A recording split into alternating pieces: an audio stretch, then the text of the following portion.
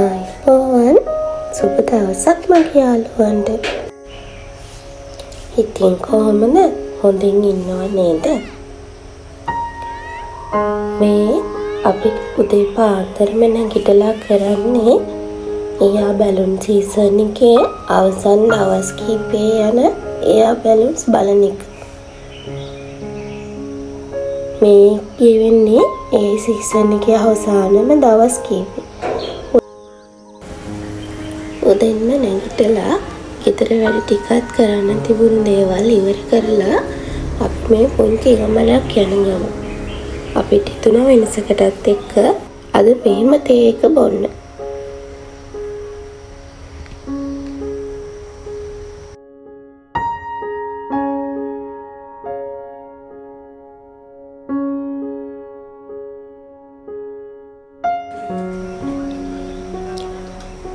ඒකත් බීලා ඉවර වෙලා අපි ආවා ඉක්මනින්ම ගෙදරට ඕන බඩු ටික අරන් යන්න.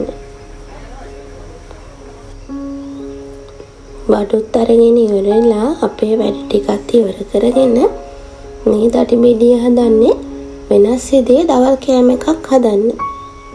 ඉතින් එන්නකෝ මාත් එක්ක. මේ තියෙන්නේ පරාමාලු.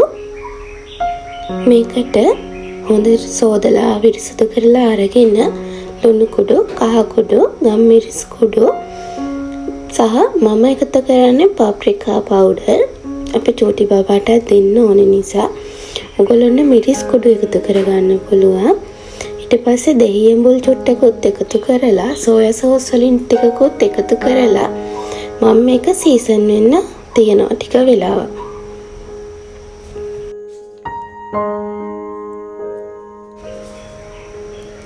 දන්නවද දෙයක්? අපිව කායිකවත් සසඳන්න යන්න හොඳ නෑ. එහෙම කායිකයි අපි සසඳන්න යනකොට ඒක අපේ ජීවිතේ ඇත්තටම මහ ලොකු බරක්. මේ හදන්න යන්නේ බොයිල් වෙජිටබල් එකක් හදන්න.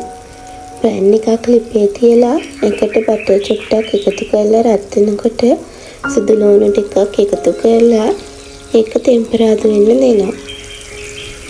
සුදු ලුණු ටික ටෙම්පරාදු වෙගෙන එනකොට මේකට කපාගත්තු රවුමට කපාගත්තු වලවලින් ටිකක් එකතු කරනවා. ඊට පස්සේ මේක තෙලියම ඒට මෙහෙට කර කර චුට්ටක් බෙදෙන්න දෙන්න ඕන. බෙදෙන්න කියන්නේ භාගයට තැම්බෙන ගන්නට වගේ.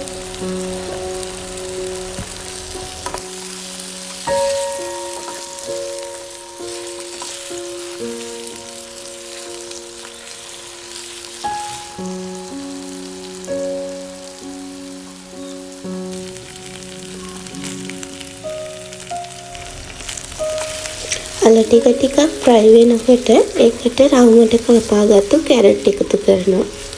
ඊට පස්සේ මේ දෙක හොඳට කලවම් කරලා ඒ දෙකත් ආයෙ පොඩ්ඩක් වෙලා තැම්බෙන්න තියන්න ඕනේ.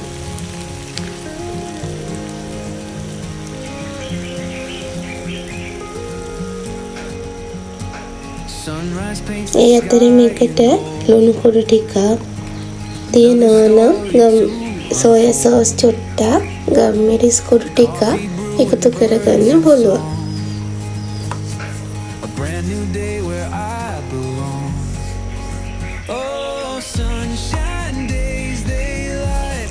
දන්නවද? ඔයාට තරංගයක් තියාගන්න ඕනේ ඔයා එකම.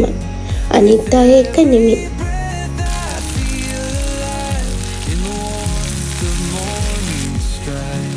මේ වෙලාවෙත් මම මේකට එකතු කරගන්න ඕනේ බෝන්චි. ඒ වුණාට මට බෝන්චි ගන්න අමතක වෙලා තිබුණා. ඒ නිසා ඉතින් මම ගෝවා එකතු කරලා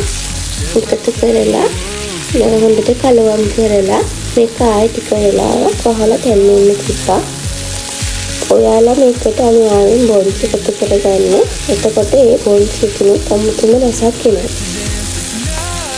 මම මේකේ කොළ පාට තියෙන නිසා අපේ ගෙදර වල තිබෙන හිරිති කොළ ටිකක් තමයි එකතු කරගත්තේ. නැත්තම් නිකන් එක හරි අඩුවක් වගේ දැනෙනවා.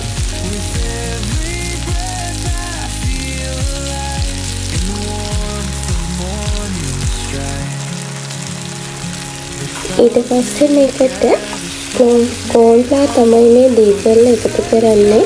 වතුර මේසෑනිය දෙකකට තුනකට විතර වගේ කෝන්ෆ්ලවර් මේසෑන්දක් එකවරක් වගේ දී කරලා මේකට එකතු කරන්න. එතකොට මේක වේලිච්ච ගතියක් වගේ තියෙන්නේ නැහැ. අවසානට නිමිති ටිකත් එකතු කරලා මම මේක හොඳට කලවම් කරලා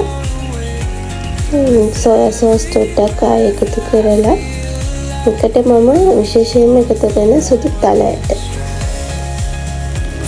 ඇට ටිකකුත් එකතු කරලා මේක හොඳට කලවම් කරනවා.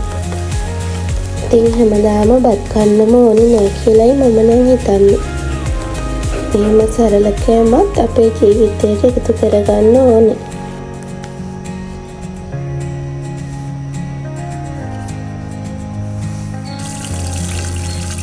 එක වෙනම වාදනයකට අයින් කරලා මම මේ හදන්නේ සීසන් කරගත්තු මාළු ටික ෆ්‍රයි කරගන්න.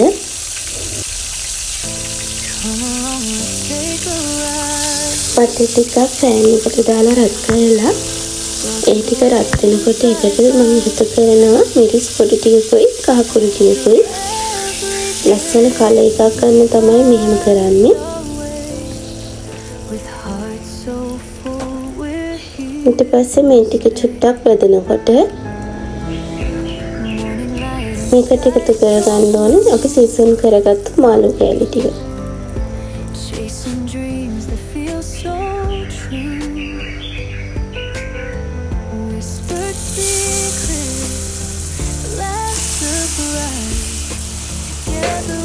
මේ මාළු ටිකට උඩින් කරපිංචයිති දෙකක් රම්පේ කොළයක් වගේ තියන්න පුළුවන්.